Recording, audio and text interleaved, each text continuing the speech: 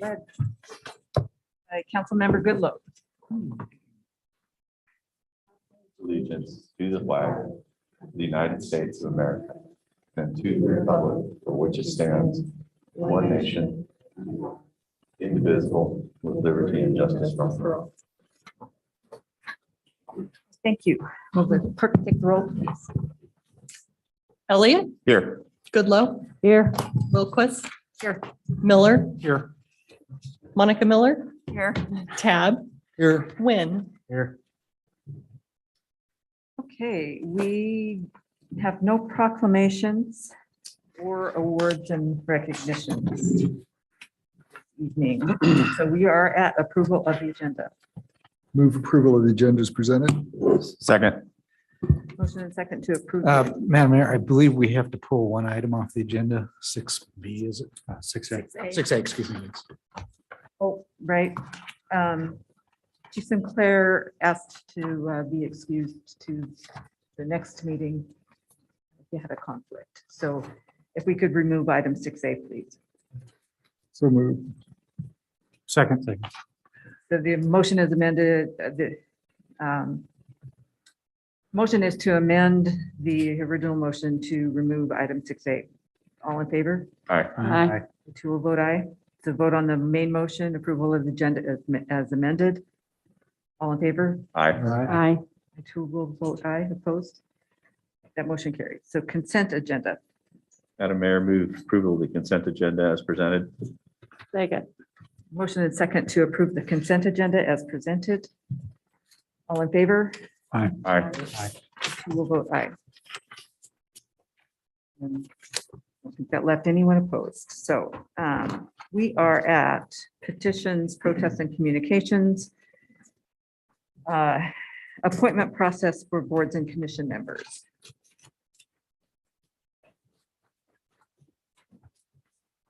On page 153.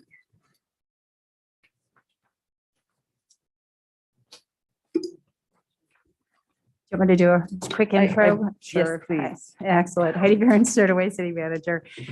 This is a discussion item you have before you. Council went through a fairly lengthy process over the end of 2021 to develop and have discussions about cleaning up our code. I'm trying to create more inclusion in our process for boards and commissions. And so there was a subcommittee that looked at the discussion with term limits and also, some administrative changes we could potentially make to attract more people into serving on boards and commissions and to tell our story a little bit better. So with the adoption of the revised council rules and cleaning up our city code, that had to deal with boards and commissions. There's an outstanding discussion about how we continue to help attract people and then help select people for board and commission positions. And so we saw in a couple of our board appointments, for instance, the Parks and Recreation Commission, we had over 10 applicants for that position. So as we tell people we have opportunities, the process of appointment by which everyone shows up at a council meeting and provides 3 minutes of testimony and introduces themselves may not be an effective way to help you all select board and commission members. So this is really a discussion about the direction by which you want to go.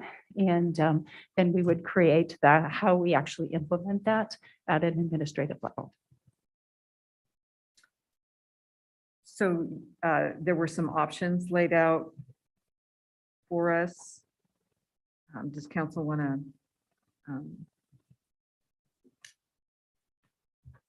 this is open for council discussion. You want to move forward with changing our process to an interview process versus a interview at the council, but versus interviewing with the chair and the liaison and staff of the commission? So I really like the option of including in the process that the applicants interviewed by the liaison and the appropriate board or commission, because it connects those things and we get that input, which we don't normally get in, a councilmatic action that we take sort of in this public hearing. I think that that has to be the final step is that we have that conversation and we include a review of their resume and such like that. But I think that having the liaison and that commission recommendation also matters.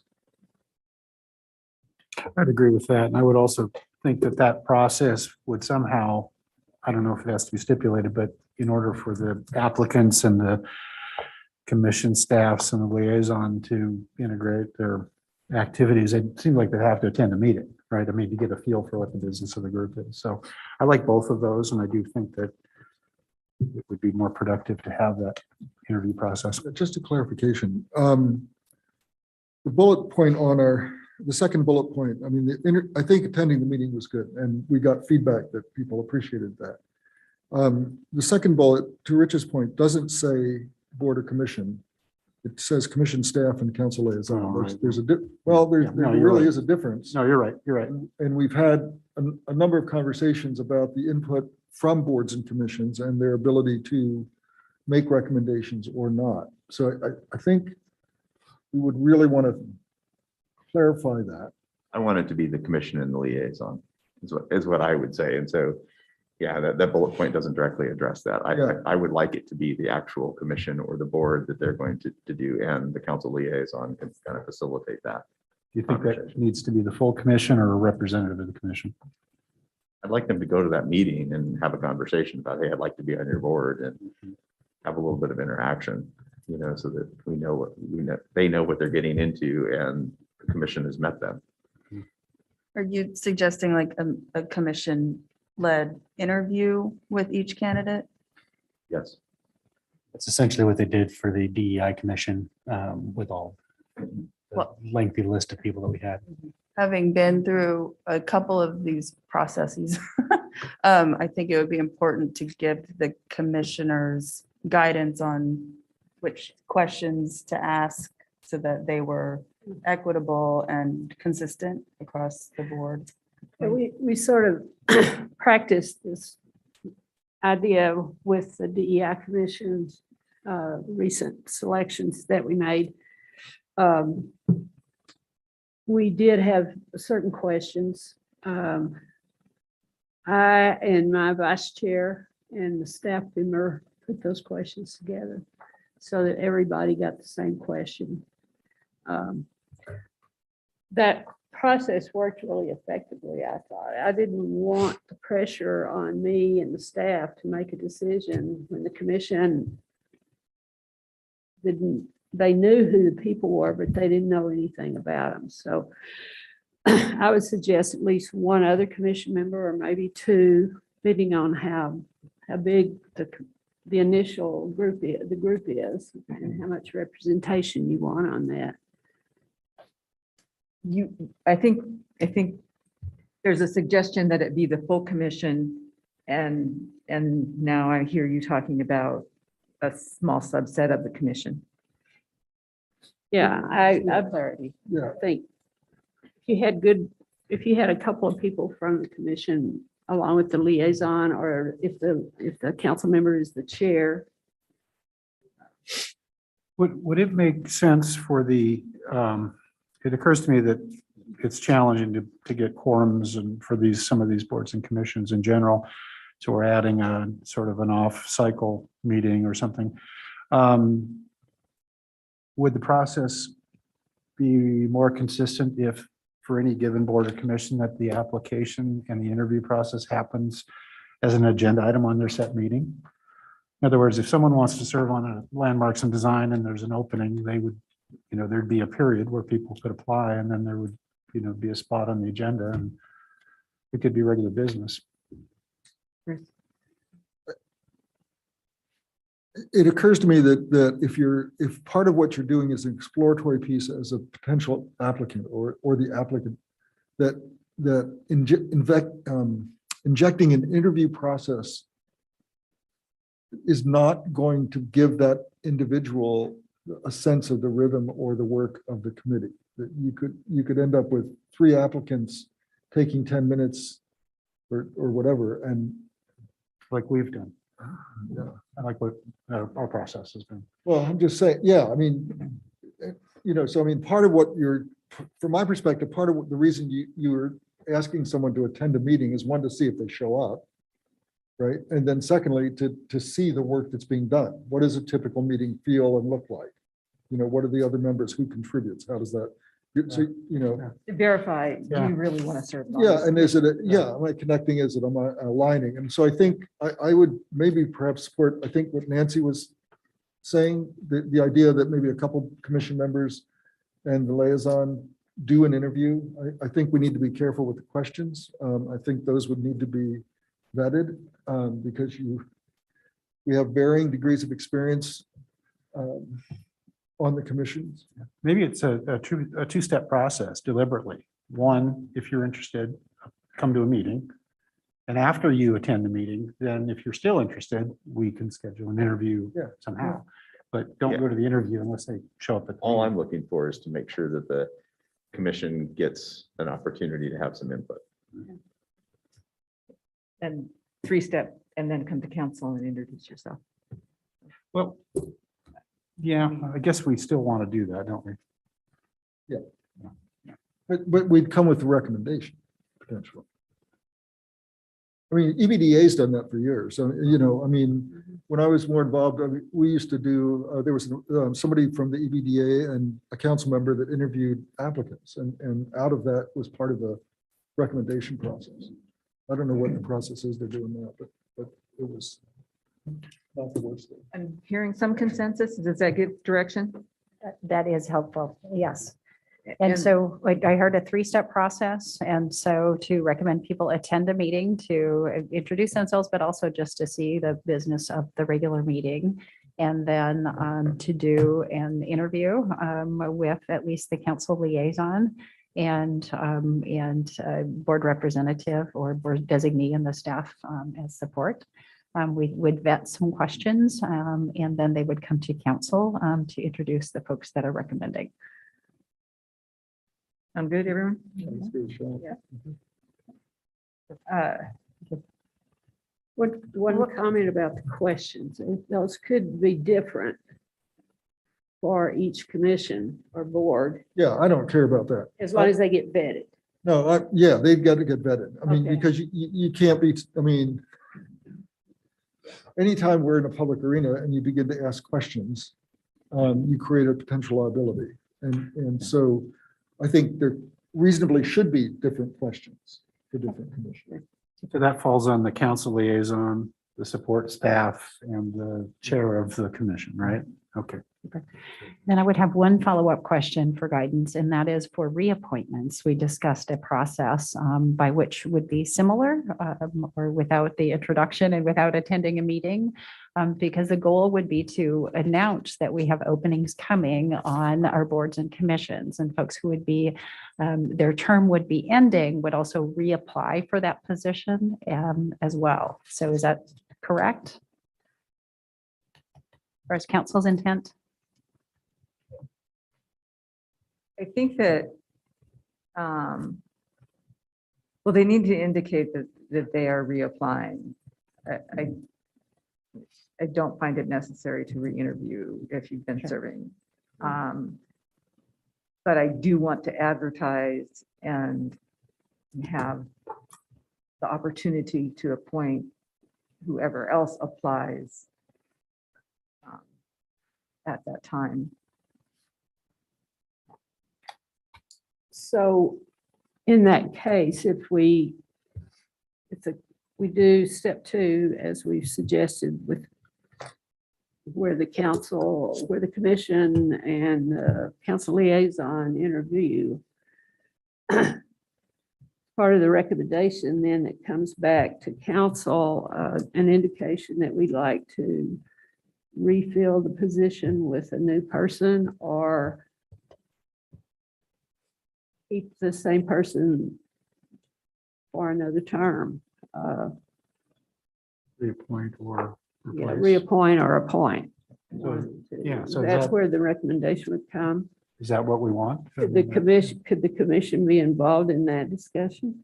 Well, that's kind of, well, I mean, it's awkward with the person reapplying. I could also see that unintentionally could be awkward if we had a slate of new applicants being interviewed and the incumbent not being interviewed, despite the fact that we might already have knowledge of that person. It might create the impression that people who are freshly interviewed have an advantage.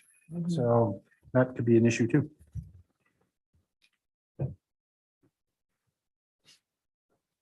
I think just out of fairness overall, the incumbent should still have to go through the interview process. It's no different than, if you're reapplying for any other position, you still have to go through the interview process. If they're already on the board of the commissions, then they're obviously going to know what their questions are going to be asked of them.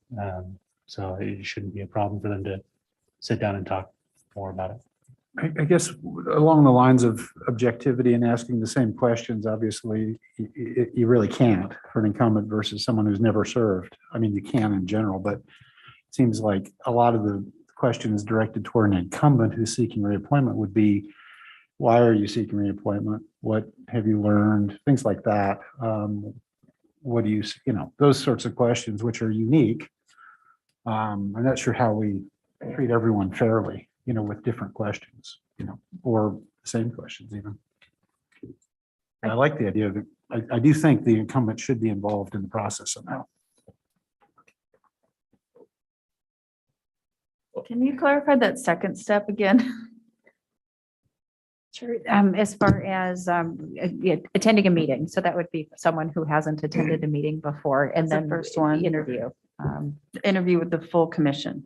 Or the appointed interview committee, essentially. So the council liaison and at least a representative from the committee. Okay, so that part hasn't been decided. I was just thinking if it was not the full commission, then the subcommittee might be able to have more objectivity when interviewing the incumbent.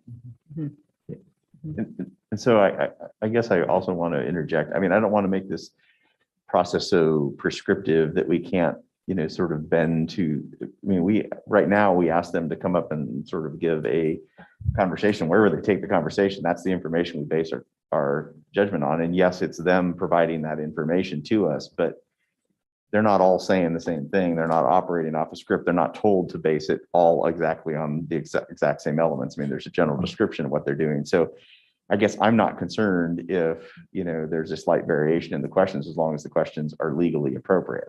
And we're not asking questions in Yeah. general either. Yeah, So, that's what I'm saying. That's different. Yeah, so I don't want to get this so locked in. This is not an application for a job. This is this is slightly different.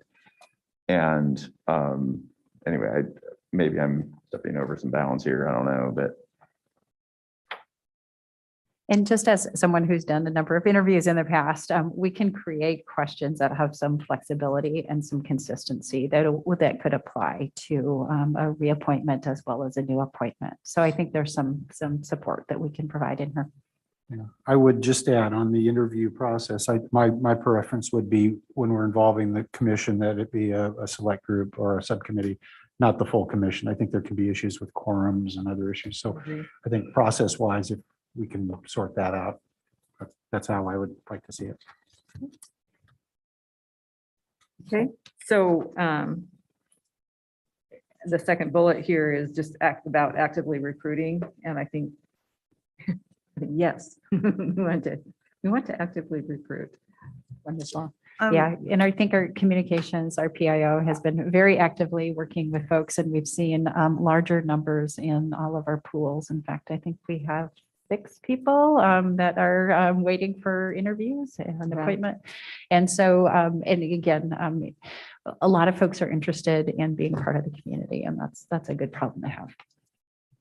Can I clarify the tell our story? Is that just advertising that there are spots available, or? It's trying to go beyond. The intent is to talk about opportunities even when we're not recruiting. So to highlight one of the ideas with our new city newsletter is to highlight a board and commission and to talk about what the work of that board and commission is. And so it's really a long-term strategy to help people understand their opportunity to serve in the community. So they might not be open for service today, but it's planting that seed for a future because it's a wonderful way to be engaged.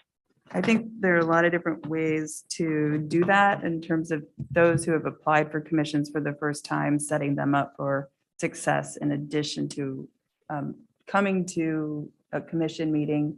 I think there could be some suggestions in terms of reading the comp plan or the strategic plan, kind of understanding where they would fit into the big picture. I don't know if that's a video tutorial or this is what it means, some interviews with current commissioners about their success stories and why they serve to personalize the request or process. You have the direction you need. That is sufficient direction, I believe, for staff to proceed. Thank Okay, you. Thank you. So we're going to move to citizen comment on non-agenda issues.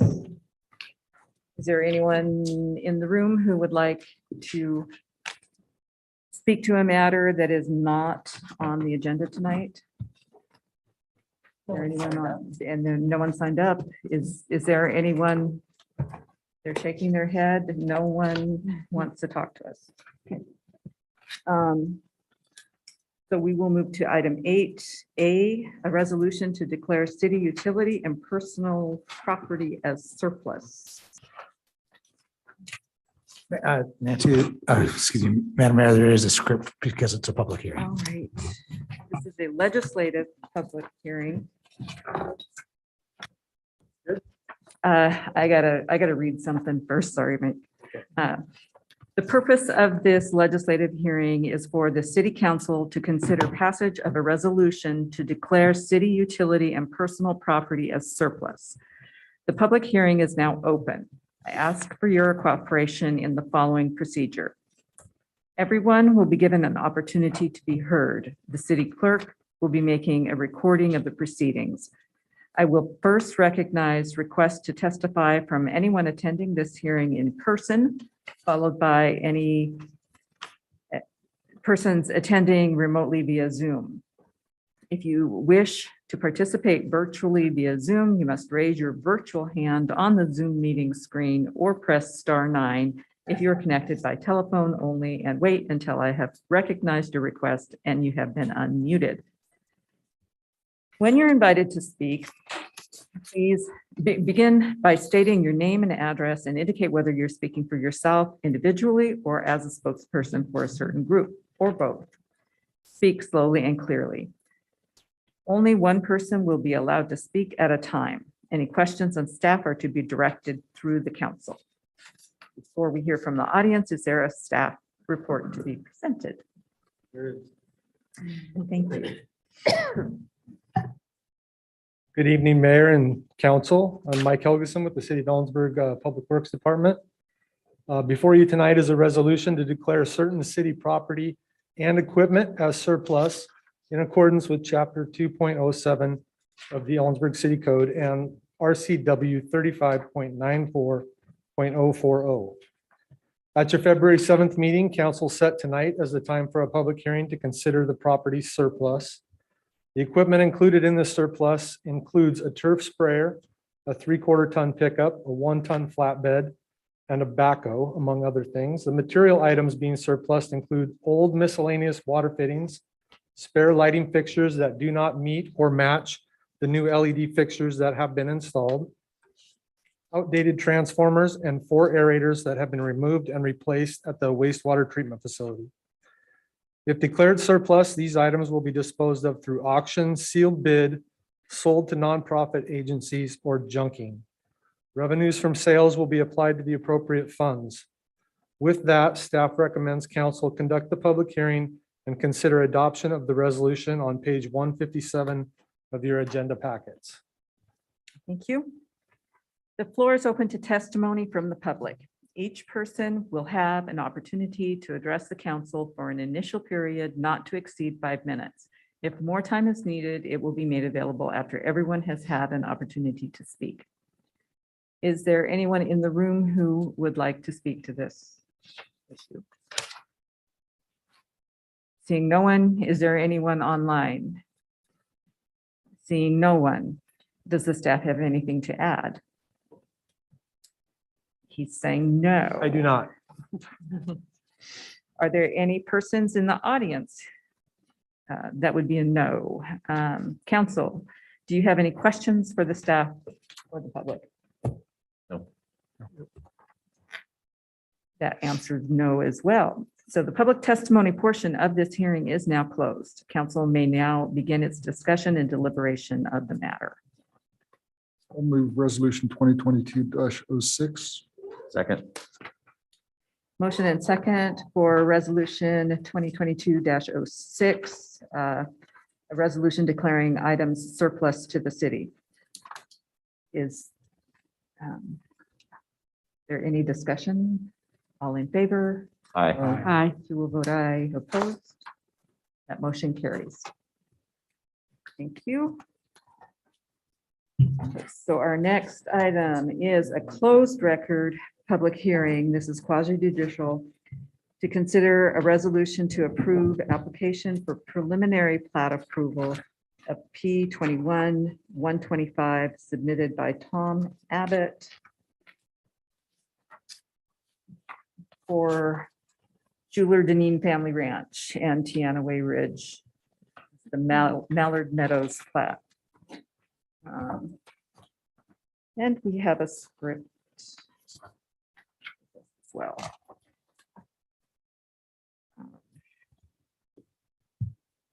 The purpose of this closed record quasi judicial hearing is for the city council to consider the pertinent facts, applicable law, and to make a final decision on whether to adopt a resolution approving the application for preliminary plat approval of the Mallard Meadows subdivision, application number P-21-125, submitted by Tom Abbott, agent for Schuler Deneen Family Ranch LLC and Tiana Way Ridge LLC.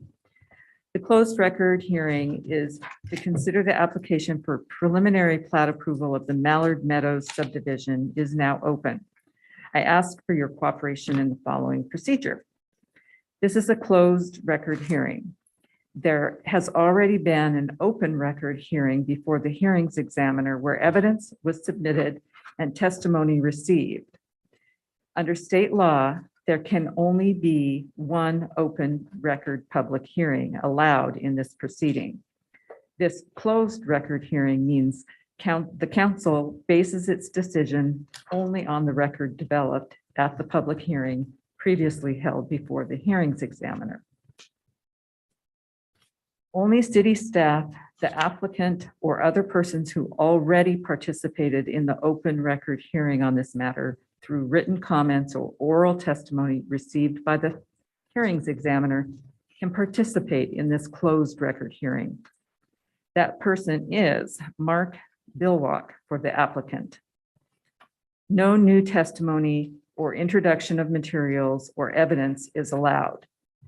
Comments or arguments must address only the record already established during the previous open record hearing for the hearings examiner and must be directed to the issue of whether the hearings examiner's decision should or should not be adopted. If anyone presents comments that are not based on facts in the record, anyone may make an objection. If an objection is made, this person speaking will stop until the issue of the objection is resolved. The city clerk will be making a recording of the proceedings. I will first recognize requests to testify by anyone attending this hearing in person, followed by any persons attending remotely via Zoom. If you wish to participate virtually via Zoom, you must raise your virtual hand on the Zoom meeting screen or press *9.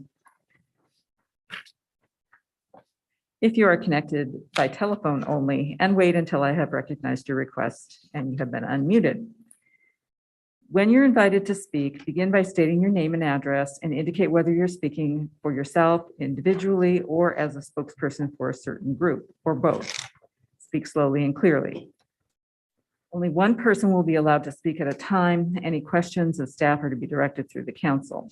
The city council seeks to conduct this hearing in a manner that is fair and unbiased in both appearance and fact. Therefore, I would ask the council members the following questions. Does any member of the council have an interest in this property or issue? No. No. Will any member of the council obtain any financial benefit or suffer a financial loss as a result of the outcome of this hearing? No. No. No.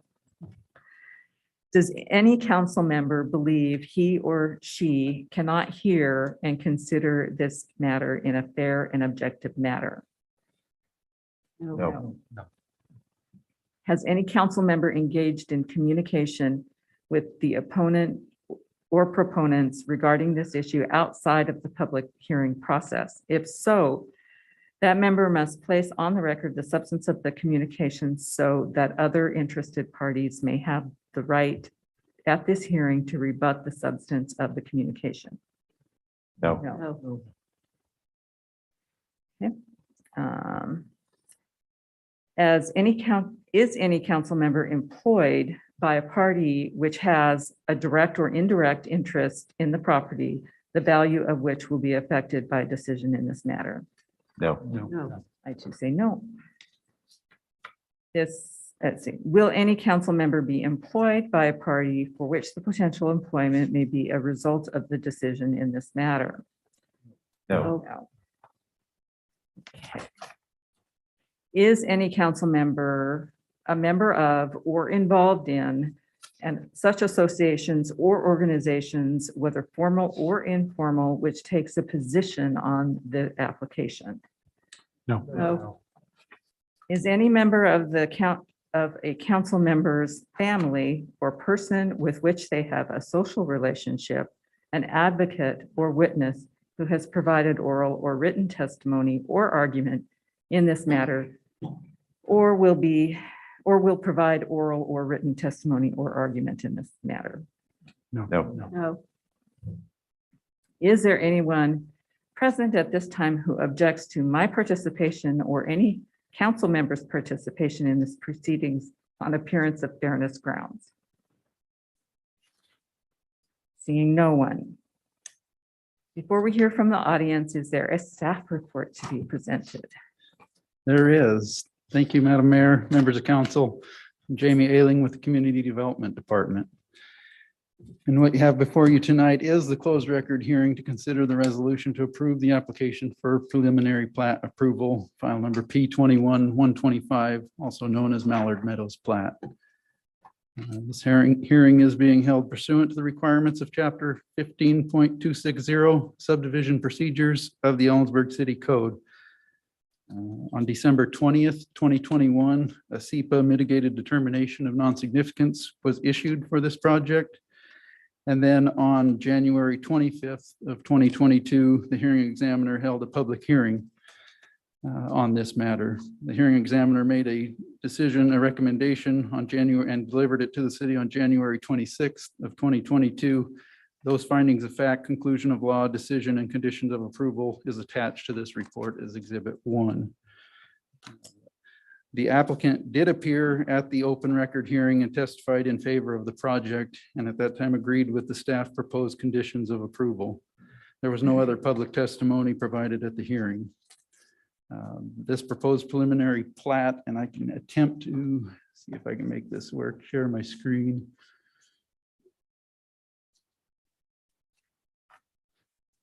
Preliminary plat is located on two parcels identified as Kittitas County parcel number 17825, which is 64.14 acres, and parcel ID 17827, which is 41.18 acres. And they're located north of I-90 and east of Bull Road, as depicted on its page, I believe 293 in your packet. It's exhibit 1.15, or there's also exhibit 1.2 on page 175 of your packet that also depicts this location.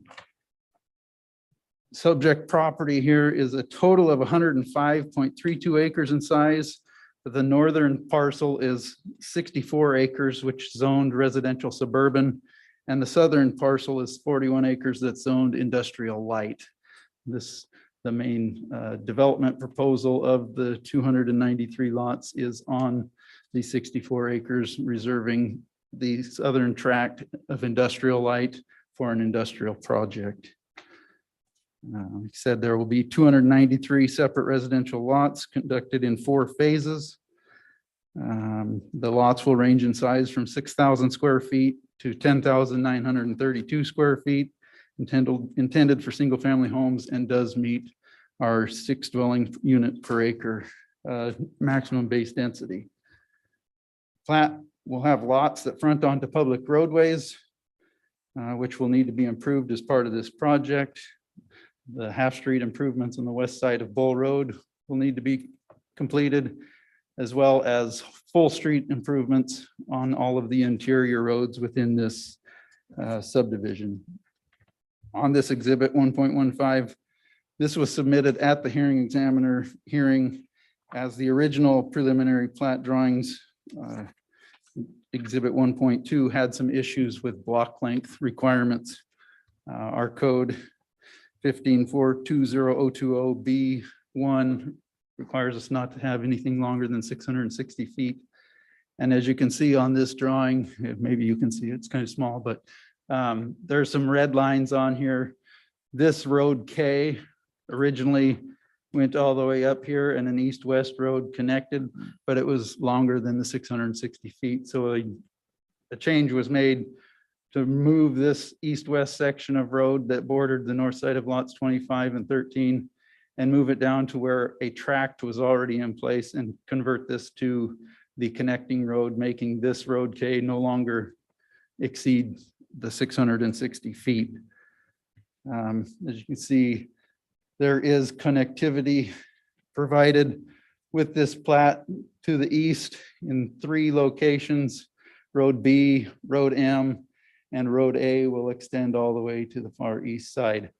It also connects on multiple points onto Bull Road and appears to meet our requirements, providing connectivity to abutting lands where there are existing streets or proposed and planned streets outside of the subdivision. Pursuant to Ellensburg City Code 15260-060E1, the council shall, at the conclusion of this hearing, make its own decision supported by written findings of fact and conclusions of law, and approve with conditions, or disapprove the preliminary subdivision application.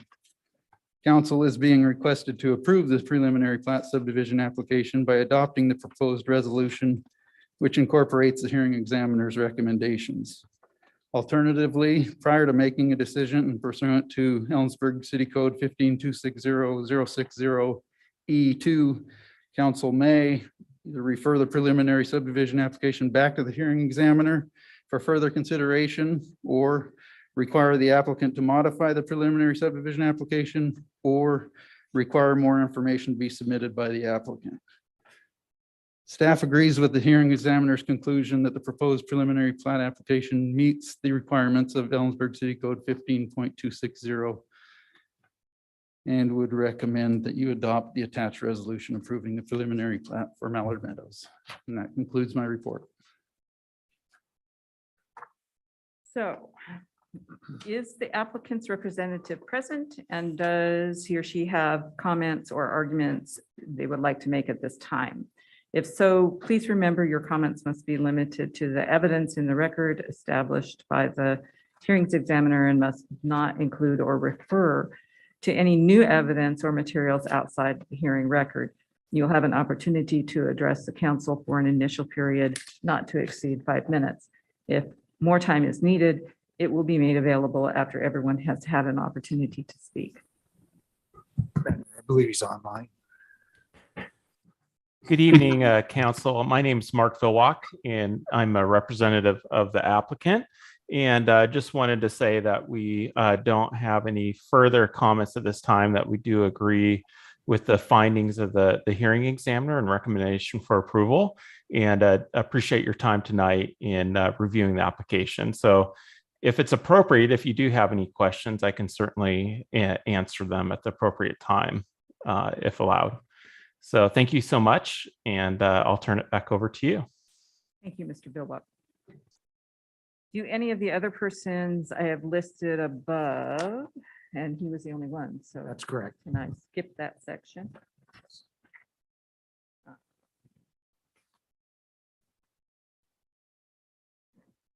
Okay, so does any member of the council have, no?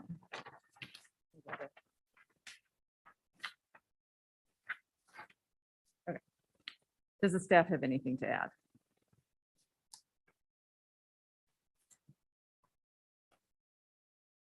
I do have one additional item. I apologize. I sat down, I went, oh yes, I should have. Oops. I should have mentioned this. As far as there are the 293 lots, there are also 4 main tracks or parks within this lot, within this proposal as well. There's track 958 on the northern portion of the property. There's another track 954 south of lot 44.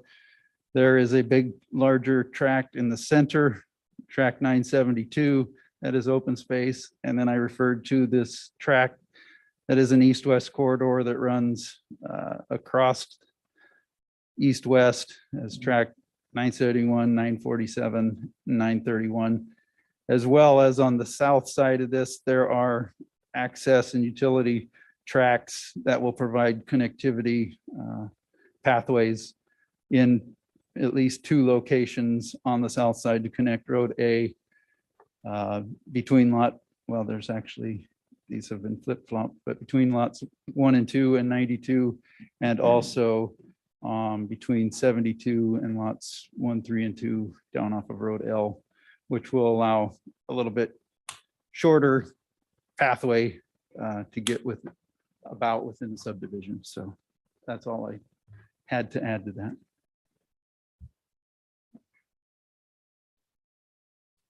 Okay, thank you. Council, do you have any questions for the applicant's representatives or members of the public or staff? And remember, just questions, no comments at this time. Really? So in looking through the hearings examiner material, I do see from a public works perspective, street, water, sewer address. What I don't see, aside from the obvious traffic impact fees, is has there been traffic impact studies done to the Bull Road Mountain View intersection? And is that part of this process, or am I just missing something?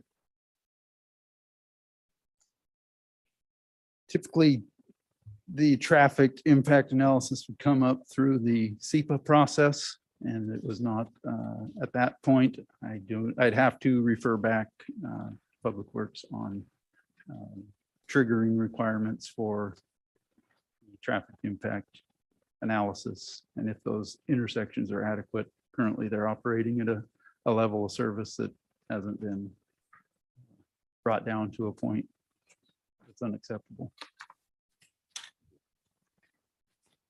Anyone else? I have some questions, Jamie. I appreciate you pointing out those other tracks, and I just I think my questions about the internal pedestrian access are satisfied.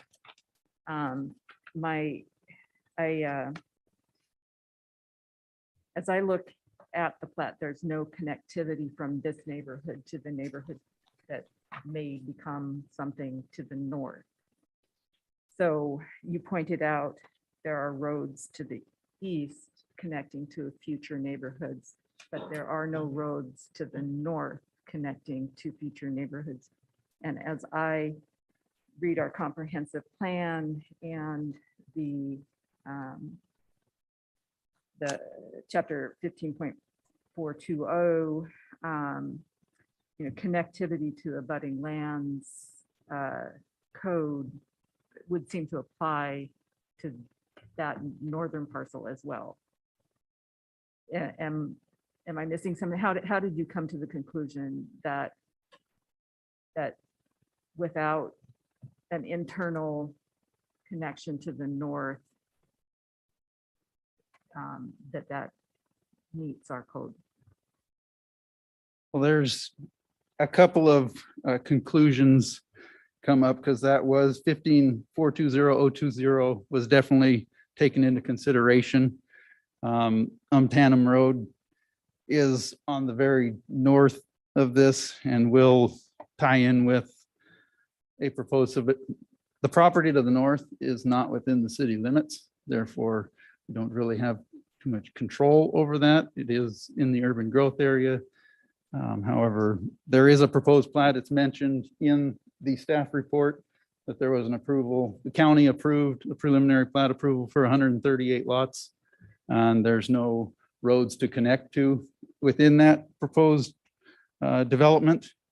And there is a little bit of a struggle with topography with a steep slope and a wasteland unbuildable parcel on that north side. So because of the fact that there is not a planned street there in our comp plan, and there's not an existing street to connect to, those were kind of the two pieces that were taken under consideration, as well as the fact of the topography that we wouldn't connect a street. There will be a connecting street, Road B, that goes to the east, could potentially go north and connect back in at another location. But that's getting on that skirt of outside of the record on this and not knowing what's going to be developed over there in the future. That's a related follow-on. Yeah, if I could just, so there is a section for departures. It's kind of in a different section, but not being in the city isn't a thing that we can depart from our standards for, as I read 15.420.020 B to B. It just, and maybe this is something that we need to talk about, making clarifications in our code, but there is nothing existing to the north, so there's always opportunity to. They're on the physically on the ground. No, there's nothing to the north, but there is an approved plat that doesn't allow for any connections to the north. Okay. I had a related question. You mentioned, Jamie, the Half Street improvements on the Bull Road section Yes. on the west side of the plat. Would that include sidewalks on the full length of the development? Yes. Okay, so we'll have a sidewalk ending basically up by Tanham, right?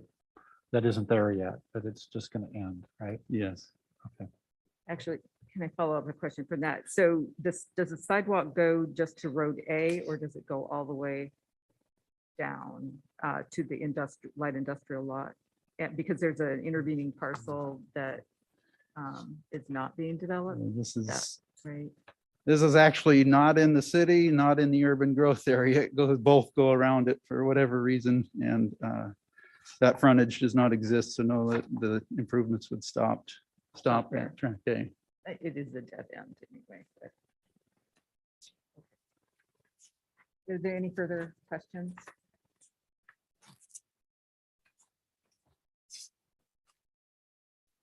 Before closing the public hearing, I wish to advise everyone present that the council reserves the right to reopen this hearing for additional questions or take additional comments later tonight or at a continued hearing if needed. The public comment portion of this hearing is now closed. Council may begin its discussion and deliberation of the matter. I'll move resolution 2022-07. Second. What, do we need a language incorporating the No, that's sufficient. sufficient? Okay. Second. Motion and second to approve resolution 2022-07, which is the Mallard Meadows plat. Is there further discussion?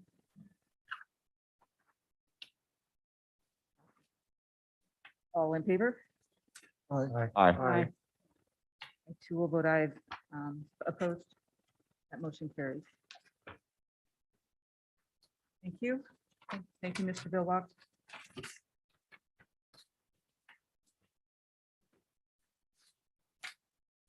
Okay.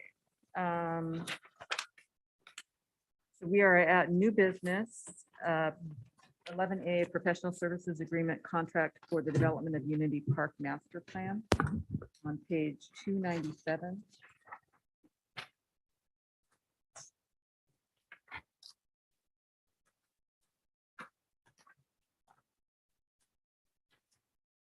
Okay, good evening, council, Madam Mayor. Proposed professional services agreement has been negotiated with Walker Macy to perform services for the development of the Unity Park Master Plan. The proposed agreement and scope of work is attached for your review. Included in this design will be the continued analysis and discussion about the interface and relationship between Unity Park and Pearl Street. This work is a continuation of planning we started back in August of 2018 with Walker Macy. Since that time, the city has also been looking at the expanded potential uses for Pearl Street between 4th Avenue and 5th Avenue, including how the sidewalk and street could potentially be incorporated into Unity Park as an extension of Unity Park. The proposed contract contains a scope of work and fee schedule of $65,200, also included as a budget detail. The scope of work includes a coordinated public participation plan, which will include in-person, virtual, and online opportunities for the public to participate.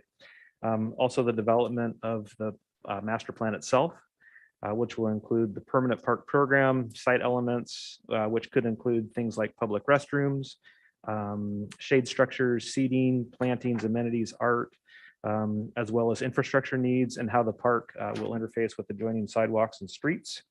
It's anticipated that the master planning work will take 2 to 3 months to complete. On that public participation piece, I wanted to just go in a little bit more detail, kind of what the plan is. You know, as I stated before, we started this discussion back in 2018 and quite a bit of time has elapsed. So we want to make sure that we re-engage the community and the public in this process, kind of revisit where we've been, what we've discussed. There were some stakeholder groups that were established back in 2018 to help us with that discussion. Our plan is to re-engage those stakeholders who are still in the community, either those specific individuals, but certainly to invite people from those organizations back. What we did in the first go around is we had boards and commissions and kind of city staff served as one stakeholders group. We had downtown business owners and residents, another stakeholders group. And then we had people who plan activities and use the space for more organized types of events as another group. And so we will invite all those people back to the table again. And we'll probably expand it out a little bit more just because so much time has elapsed. We have new commissions that are interested in participating, some new business owners downtown who probably want to participate. So it's going to be a very visible and robust public participation process. You know, not only in-person meetings or virtual, but also through our Be Heard eBerg online civic engagement platform where we can get the community involved. We've had great success in reaching out to them about the Reed Park project and Pearl Street project. So we will certainly utilize that one as well. So people are interested, they want to know what's going on, and then we will be out there hitting the streets and making sure that people have the opportunity to participate.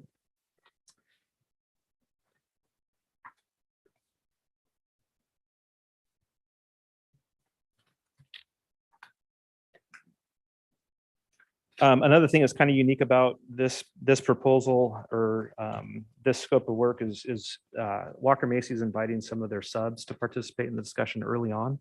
We want to get as many people at the table kind of on the technical side as we can to kind of help sort out any issues that may be out there. Talk us through things, walk us through things, be a part of that conversation. We think if we have more people kind of on the expertise side at the table, ultimately it's going to provide us with a better plan long term. At some point we'll be getting those individuals involved anyway, and so we're kind of doing it on the front end as opposed to maybe a little bit later on in the process. And so we're really excited about that. The proposed scope of work or the proposed contract, as I said before, $65,200. There are adequate funds in our park acquisition and development fund to cover the costs. The plan is at a later date is to reimburse that fund with the American Rescue Plan Act money, which $1.8 million has been earmarked for the development of Unity Park and potential improvements to Pearl Street. The request before you this evening is to authorize the mayor to execute the professional services agreement with Walker Macy for the completion of the park plan. as well as to authorize staff to make the necessary budget adjustments to Fund 160 Park Acquisition and Development Fund. And with that, I'd be happy to answer any questions that the council has. Other questions? Stupid one for me. The budget details 65.2, the letter is 65, and the contract indicates a maximum sum of 65,000. Just I think we can make the adjustment to the contract to read 65 too, just to it's cover it. not Yeah. material, but I had a question. Go ahead, Dick. Scope of work on page 300. I was curious. I talked with the city manager about this last week, but I still wanted to make sure I understood correctly. When you get down to items 7 and 8, the consultant is basically depending on information or services provided by the city Yes, or contractors. yes. So you mentioned the consultant scope of work is to be completed within basically a 2 to 3 month period. So are we, I know that these, from what I was told, these additional services have not yet been contracted or completed in-house. What I want to know is when Walker Macy hits the ground running, they're not going to, because this will take some time to develop. So Yep. how is this work being factored into the 2-3 month schedule? This work is going to be done in advance of them starting their work. Okay, that's what I want to hear. Yes. Okay, great. Thank you. Anyone else? No, I'm ready to make a motion. No, I'm not. Madam Mayor, I move. I have some questions, Rich. Oh. Go ahead, Monica. Could you explain to me what you mean by the technical process? There are some you mentioned as part of this, we would bring in some technical We would have, elements. we would have What are architects, they? architects at the table in Okay. addition to our landscape architect. So, their focus is going to be on the building side of it, specifically the restroom. That's been one question is what to do with the building, the existing building and potential restroom facilities. And so they would be looking at that and providing some services beyond just the scope of what a landscape architect would provide. And so looking at that and then, some of the cost estimating as well. And then Civil engineer. and then doing some of the civil, which would be the Pearl Street work, as well as, it's an interesting project. It's not like a typical park project where you're dealing with a vacant piece of ground or you're dealing with soft surfaces. And so it's much more technical in nature because you had hard surfaces, you have existing utilities down there already. So there's a level of complexity with this project that doesn't involve most park projects that we do. And so getting some of that expertise on board early is what we're talking about. So as I understand, this contract is where we can define whether we're going to flow into the street for events and plan what that looks like, right? Yes. So I guess I'd like to ask council if, as we move forward with the public process, if we can take permanent closure of Pearl Street off the table for those discussions and just say that we are planning this space for event purposes and temporary closures, not a permanent closure, which would mean potentially they could design it that there would be landscaping and, hardscape in the street if we were going to permanently close it. But if we're not going to permanently close it, then we wouldn't design that way. Is the council ready to do that? We haven't had that conversation yet, have we? I mean, we were talking about it several meetings ago. We but- had the report which said, go slow, don't do anything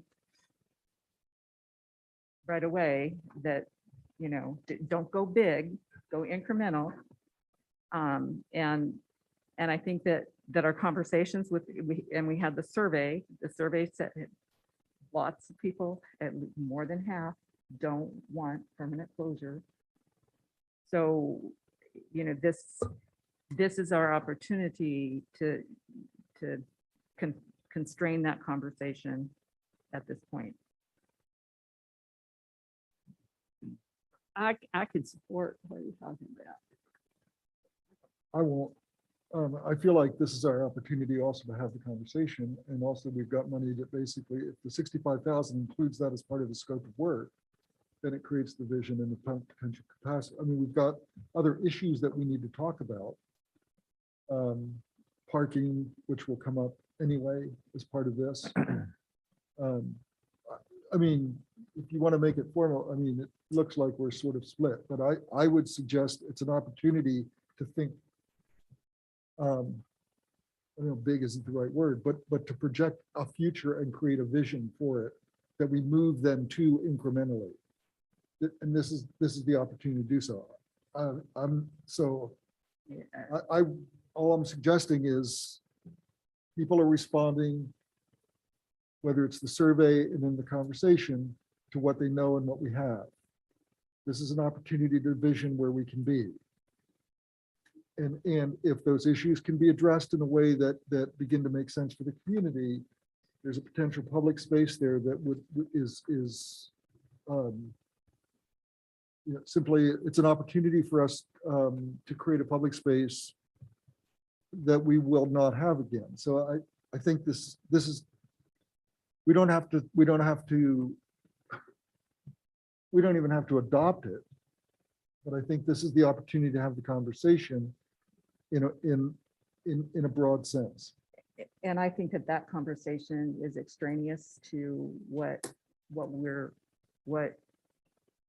the park vision and I think we're going to get bogged down in just the street closure issue, which I don't think we have to, and because I'm not willing to go there. And so that's why I raise it. I don't think we want to close Pearl Street permanently. I'm happy to design it for event overflow from the park. But we're going to have a lot of conversations going forward if with this park planning process about the street closure instead of what Unity Park looks like if we don't take it off the table, is what I predict. Monica, did you have- Well, I think that was one of my clarifying questions around the technical expertise, is if there would be a consistent presence around the impact of the potential designs with Walker Macy around the traffic flow and the parking redistribution in terms of designing that. Like, would the design happen and then that happens, or would that be happening in tandem with those final two design proposals to help inform which of those two proposals are best suited? That's a good question. I mean, the focus is going to be on the park. I mean, that's 1A is the park. And really the idea is, how does the park blend into the sidewalk and then into the street? I mean, I don't, if you want. Yeah, and I actually think we sort of expanded the discussion about how does that impact Fourth Avenue too, because as Brad mentioned, this is a really unique space with some unique opportunities. And so, the design is going to be incredibly important in the surrounding areas. And so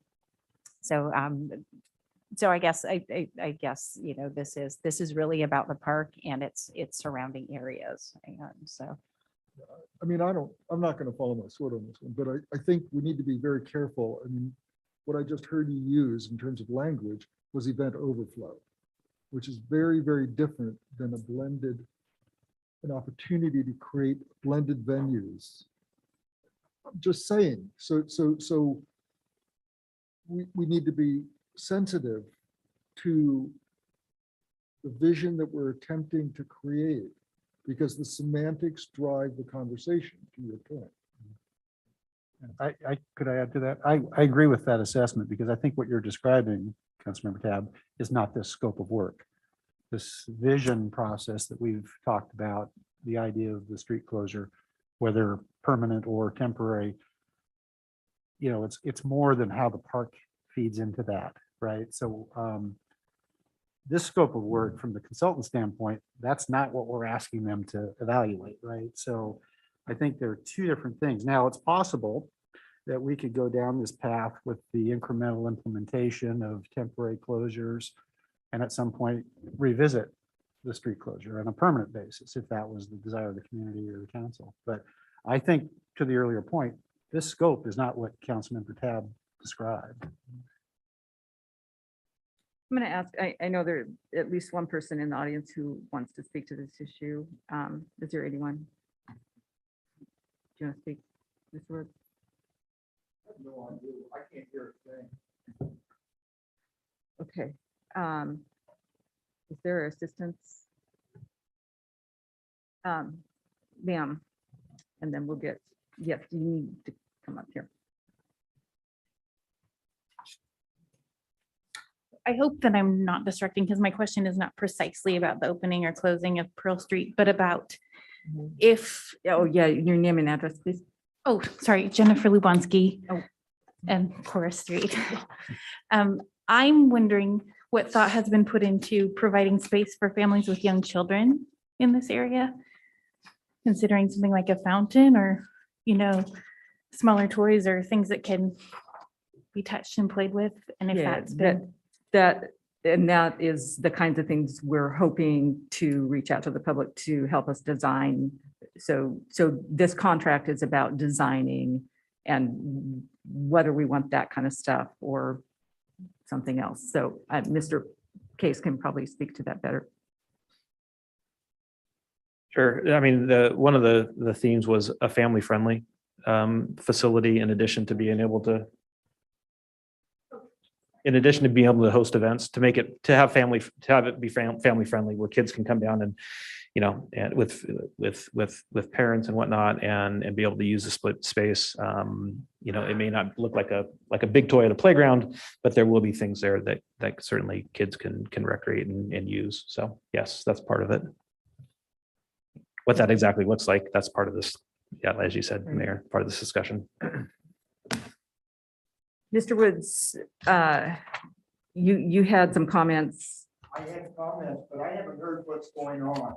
Okay, I'm sorry, I apologize, but well, we apologize that maybe we need to put a sign on the door that hearing assistance is available for folks.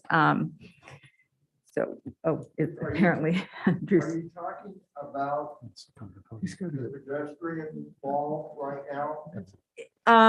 We are talking about a contract for Unity Park, and as an extension of that, whether that planning for that includes the streets and whether the planning for that includes the streets, whether we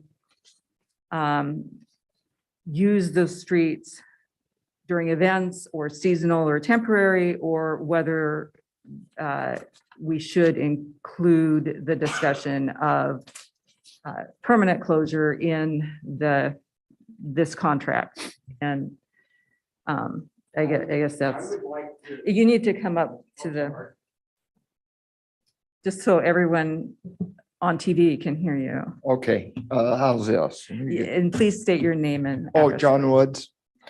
I would be opposed to closing Pearl Street at all.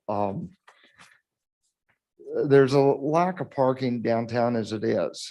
And you're just making it worse. And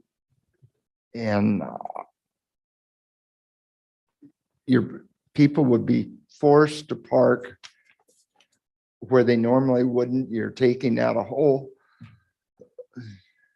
side of parking, or two sides for a whole block. They went to angle parking years ago because there wasn't enough parking as it is, and you want to take half of it away. It really doesn't make sense to me, but that's all I can say. Thank you. So I think we're getting hung up on something that's earlier in the process than we need to. And I guess from my perspective, I'm sort of leaning, towards not wanting to have a permanent street closure as part of the park. But I also don't think that at this point, getting hung up on that and making that the divisive issue at this point. This doesn't change the scope of the contract. It doesn't change the cost of the contract. Let's do the contract, hear back, part of it's a community engagement piece, see what comes back, and then we can begin to, narrow the field. I think we're having this conversation earlier than we need to. It's I think divisive. it drastically changes the conversations that we will have. If I may, I'm going to make a motion to execute the professional consultant services agreement with Walker Macy for the completion of the Unity Park Master Plan. Authorize staff to make the necessary budget adjustments. Second. Okay, motion and second to authorize the mayor to execute the professional consultant services with Walker Macy. Yeah, and other. Is I there- I just have one clarifying thing on that. So with the scope, are we asking them to do 3 different park proposals, one with each one of the potential closures of the There's street? 2 proposals. That's completely separate from what you guys are going to be designing with Unity Park, correct? Okay. So if I could speak to the motion, my intent here is to get us moving because I think we're drilling way down into both public comment and council direction that we don't need to provide at this time. Basically, we have been looking at expanded uses of between 4th and 5th and Pearl. And I think that the key here is for the design of the park with the potential for how to utilize those other areas as public space. And I would agree with Rich. I think we just need to go through the public process. And I think part of the reason you engage with a consultant is to manage the process in a way that comes back with meaningful information that supports us to move forward. And that's all this does to me. So I'm ready to vote. Anyone else? Is it just possible that we ask staff to be clear with Walker Macy? I mean, I'm assuming that you're going to have these conversations about the concerns of the impact of the parking and the economic impact, so that that's all justified in their final designs. No, No. it's separated. Separate. Yeah, the only parking that they're going to be removing is the actual parking that's inside. So the Unity Park Could I area. ask to clarify that we would say on the east side of Unity Park, there's a city sidewalk and diagonal parking on the west side of Pearl. None of that, other than the possible interface. Yep. None of that's going away. Nope. That's not going to be part of the alternatives analysis. Nope. Okay. And the same thing on the south side along 4th Avenue. They'll look at that stretch along 4th Avenue as well and look at which is common for projects like this. This is what they do. They look at kind of, they want to see how they can expand space as much as they can. So I think that's good to clarify. So thank you. I have one other process question. Their scope of work says this could be completed within 8 weeks of execution of the agreement. The contract goes to July 1st. probably 8 to 12 weeks is what we're looking at. Okay. Yeah. Okay. So is it council's thinking that we will decide on how to use that space and whether, when do we decide whether we're closing? Do we answer that question for the public? I think the sooner the better. Well, but okay, if I may, this is for the design of Unity Park with a conversation that we've had about how we can maximize utilization of the space that's available. What we talked about when that report came back was that we need to have an understanding of where we're going to put the cars if in fact any of these things occurred. And we don't have that information yet. I mean, so to me, we've got, this is a very concrete, specific proposal. I think that there are areas that will help to inform the conversation. And I think that we had made a commitment when we received the last report to have a clear analysis of the parking needs of the downtown and how we might address those. And to me, that becomes part of the core. I mean, I think to Mr. Wood's comment, of how do we even begin to manage? There's the impact on business, the impact on parking. If we don't have the information, I don't see how we just remove it. So there's a motion on the Yes, chair, there is. on the table to simply I to do. know that. Well, Thank you. Is there any further discussion? All in favor? Aye. Opposed? That motion carries. So the next item on the agenda is the City of Ellensburg Land Acknowledgement Statement. 11B. Financial. Fourth quarter finance. Fourth quarter financial. I think we should- Okay, you almost I got think we away. should have I Jerica can do the go. land acknowledgement statement. I think Yeah, that would be good too. Be good. I lost my page in. 3:15.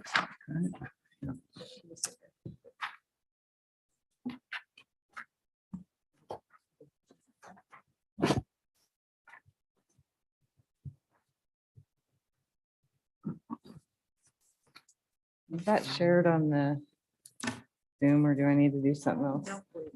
I never get this right. Thanks, Terry.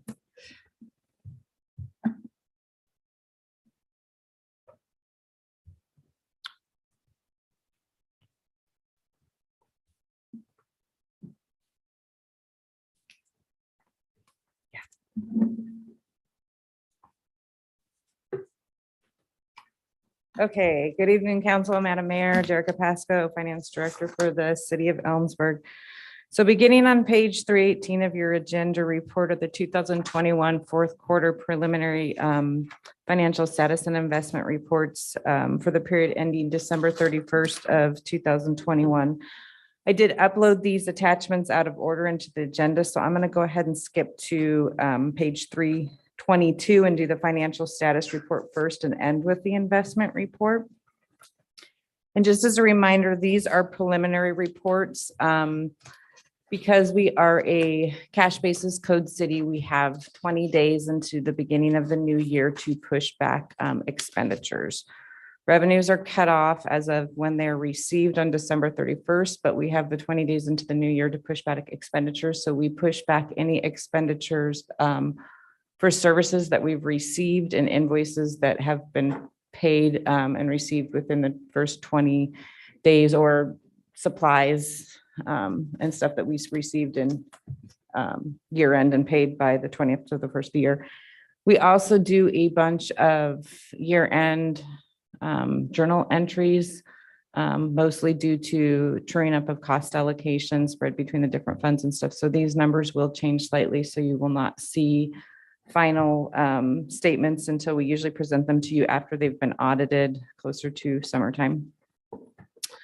So on that note, so beginning on page 322, the preliminary fourth quarter financial status reports were presented to the Finance Committee at the February 2nd, 2022 meeting. The year-end projections and their reports were made as of the current situation on September 30th of 2021. So projections were made with COVID-19 in mind and were predicated on remaining open through year end.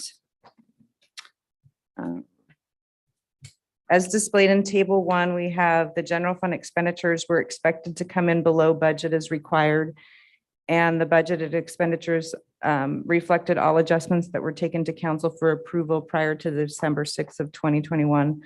The revenue projections were done on an individual basis in October and will be discussed later in the report. So just to note, it's actuals in blue, year-end projections in red, and budget in green. There is quite a difference between the actuals of revenue at year end and the projections.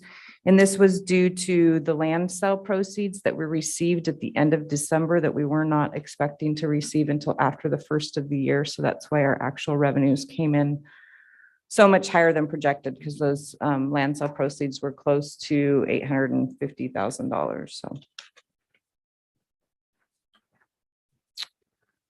Table 2 shows our year-to-date revenue remitted from the state of Washington for sales tax activity. It compares January through December of 2019, 2020, and 2021. So revenue was up over 16% over 2020 and around 14% over 2019. There still are a few activities that are continue to be below 2019, but they are starting to gain. So such as the hotel, motel, lodging, the motor vehicle fuel tax, and some other smaller revenues. Those are all still down below 19, but continuing to go up.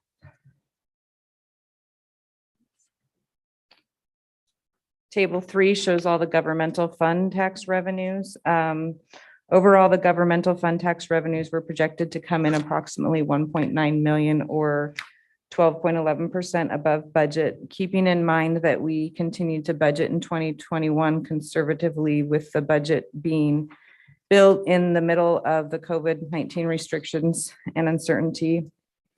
It did come in at 2.3 million or 14.56% above budget. The utility and hotel motel taxes were expected to be the hardest hit of the governmental fund tax revenue. The hotel motel tax revenue was budgeted at 62% of 19. In 2020, the hotel motel revenue tax came in at 61.15% of 19, and in 2021, they came in at 89.48% of 19.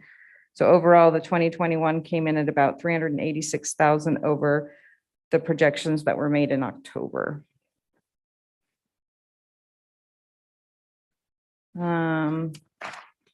Table 4 breaks down the difference of budgeted less projected by tax purpose. Sales tax revenue received in January is for November of 2020 sales. We used the average sales tax over the previous 9 months in order to project through year end, and budgets were set at 95% of the 2019 activities. So just as a reminder, the sales that you'll see below here are for November of 2020 through October of 2021 sales.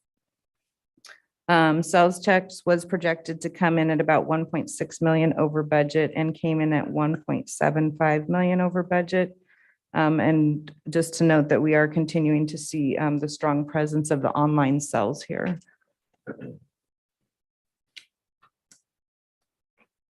Table 5 is your sales tax by activity.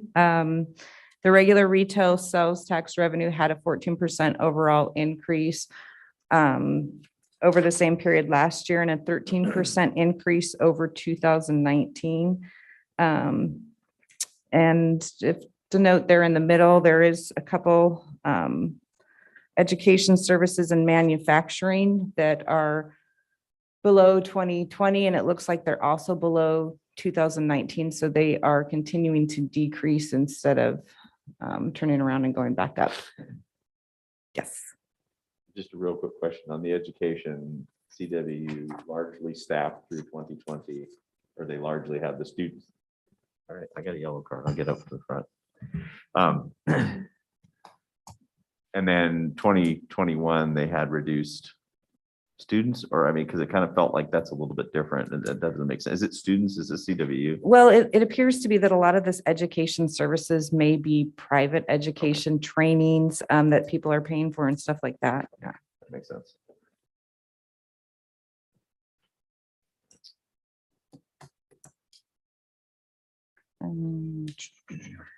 Table 6 is our utility tax activity. So overall, the utility tax revenue was up 9.13% or approximately 304,000 over 2021, of which approximately 150,000 of that was from the sale of the gas storage reserve. So you'll see that the gas receipts were up again due to that sale of gas storage reserves last spring. Gambling taxes were also up, but this was because of a past due account that was paid in full at the end of the year from previous years. There was no rate increases, and receivables were up for a majority of the utilities. Therefore, the slight increase that we see has to be due to consumption. I think we usually talk about too that telephone tax will continue to go down until it's probably next to nothing and everything else is staying fairly stable. So Jerica, all of the past due accounts that that we've been seeing, Mhm. they're not paying tax. So I would, So that's part of the reason why we didn't see an increase with such an increase in consumption. We haven't seen the large increase in those utility taxes being paid because we don't pay on those utility tax until the revenue is actually received, since we're cash basis now. So our revenue looks a lot lower for those utilities merely because it's not accounted for yet until we receive those. thanks.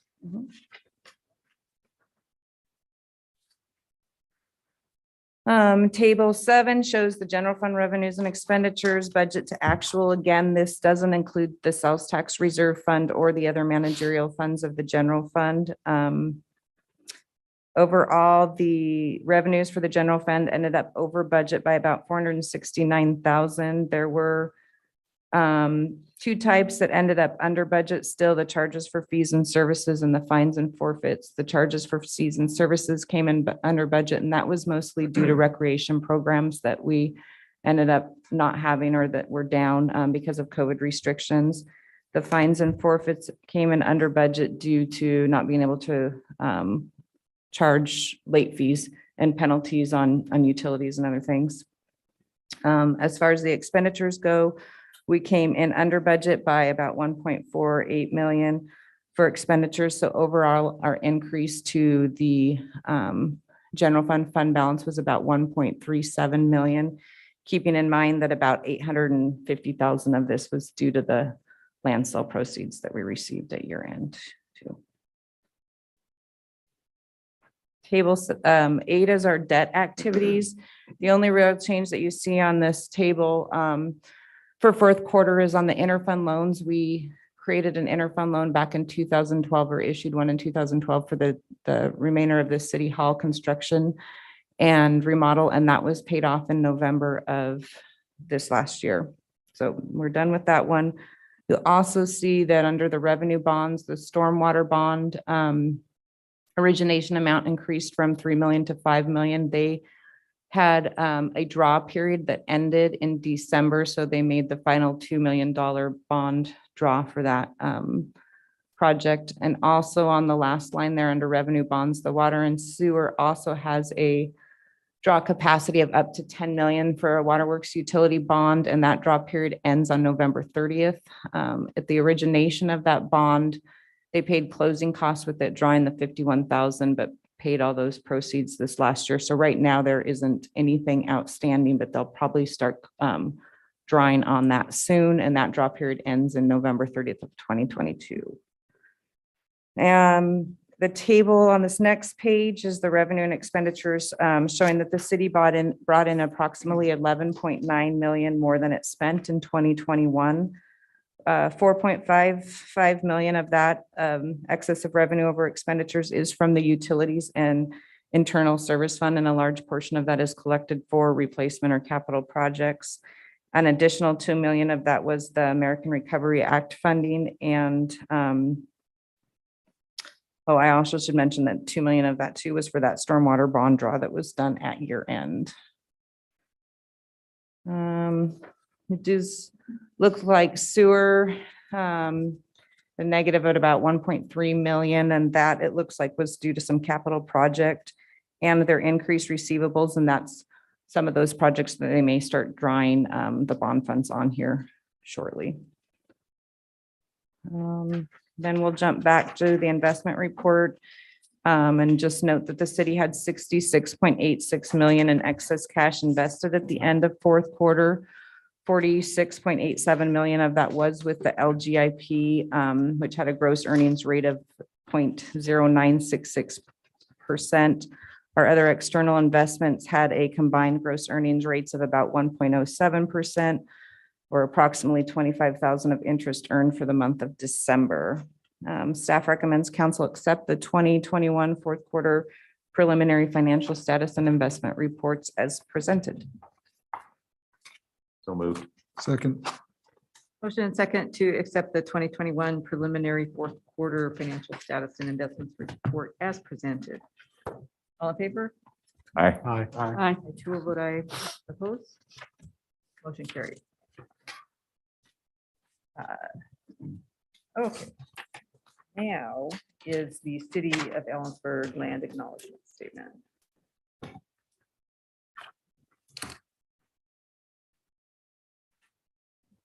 Hello, Mayor and City Council, Nicole Klaus. I'm the city staff member to the city's Diversity, Equity, and Inclusion Commission. And I'm here today to ask you to consider and adopt the proposed resolution for the city of Ellensburg to adopt a land acknowledgement statement. So a little bit of background, in May of last year, the Diversity, Equity, and Inclusion Commission first started meeting, and in one of their first meetings, they tasked a subcommittee to research and develop a land acknowledgement statement for the city as a way to show respect to our Native American community members and just to honor the history of our land. So a subcommittee was formed and they conducted research and reviewed other municipalities' land acknowledgement statements. They looked at organizations, nonprofits, lots of different statements out there, considered whether you should or shouldn't have a land acknowledgement statement. And then they also looked at how other agencies use those statements. So they workshopped multiple drafts as a subcommittee and then also with the full commission as well. One piece of that was also obtaining feedback from our local Native American community. So they reached out to the Aronica family to get some feedback, which was incorporated into the final version you see now. And a big point of that was that they wanted the statement to focus on the land itself rather than any kind of political statement or some history. So focusing on acknowledging the land itself. So you have before you tonight a memo that the DEI Commission provided that kind of outlines a little bit more about what a land acknowledgement statement should do, why it's important, along with some possible uses for it, such as when there's a groundbreaking at a new park or lands potentially annexed into the city, and a couple other ways as well. And they did want to allow the statement to be used by city council, city staff, other boards and commissions, as well as the public within the city of Ellensburg. And then after much discussion, the commission did decide not to require mandating rules, but rather suggesting these are some examples of ways it could be used. And just ask that those who do end up using it be thoughtful in its use and tie it to why it's being used, whether that's at an event or at a groundbreaking or things like that. So there is no financial impact to adopting the land acknowledgement statement. Accepting the commission's recommendation to adopt a statement would just be one step forward to increasing belonging within the city of Ellensburg and promoting the mission of diversity, equity, and inclusion. And so tonight I do have two commission members here in the audience who worked really hard on this, multiple versions, Daniel Amos and Tylene Carnell. And so I just wanted to thank them for their work on this. And also, if you do have questions, allow them to come up as well to be part of the discussion. Council, are there questions for Ms. Klaus or the DEI Commission members? I have a specific question about in the report referencing the placing of the statement permanently on a plaque or sign. Has there been any discussion about what that looks like or who would? So those are just some facilitate that? examples of ways that it could be used. There hasn't been any sort of final discussion. So again, that's just the memo, not in the official resolution. So it's just kind of the commission providing examples of ways. So maybe at some point that could be something that's funded, but it hasn't been requested at this time. It's just an example of something, one way it could be used.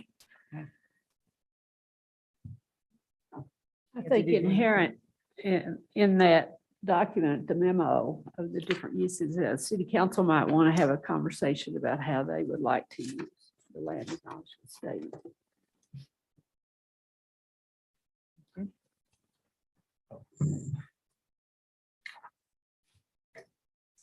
There's no further discussion. Is there a motion? Madam Mayor, I think is Tony Aronica, I think Tony Aronica is online and wanted to address council. Mr. Aronica?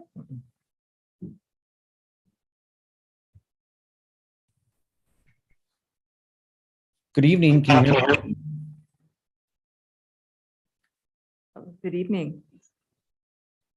Good evening, Council, Madam Mayor and council members and staff. Just a minute, please. I'm going to turn off my laptop audio because I'm getting feedback, I think.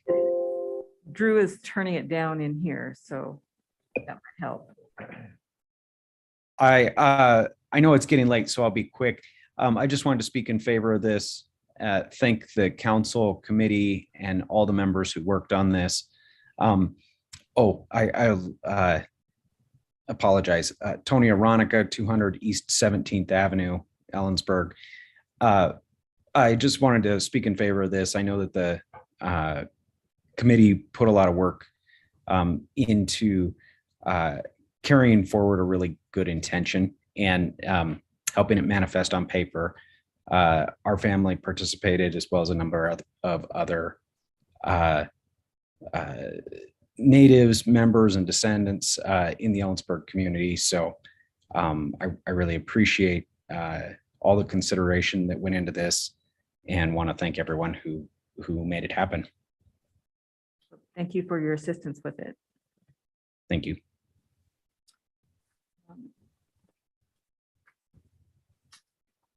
So. Madam Mayor, move resolution 2022-8. Motion and second for resolution 2022-08, the land acknowledgement statement. Is there any further discussion? I would just like to echo the earlier comments. Thank you for the work at the DEI commission level, staff, and obviously the public. So I think this is it's a lot of work. So thank you. All in favor? Oh, Aye. Daniel, did you want to say? If you were. Oh, okay. Okay. All in favor? Aye. Aye. I too will vote aye. Opposed? That motion carries. Thank you. And then, Yes. Councilmember Goodloe has a.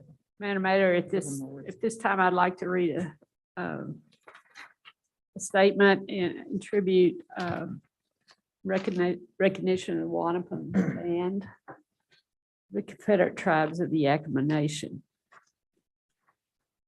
I would like to offer special recognition to the Wanapum Band of the Confederate Tribes of the Yakima Nation who live at their ancestral village near Priest Rapids on the Columbia River for continued strength and resilience going forward.